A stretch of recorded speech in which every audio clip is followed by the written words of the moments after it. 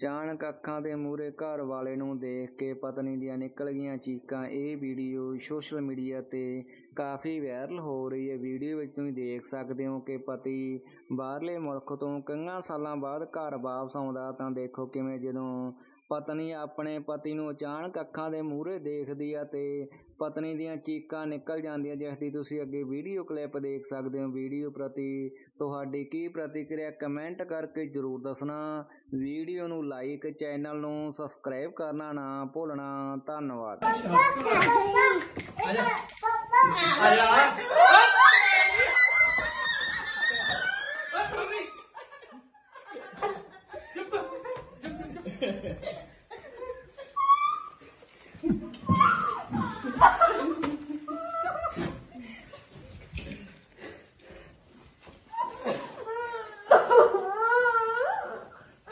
बस भी बस चलो बैठो बैठो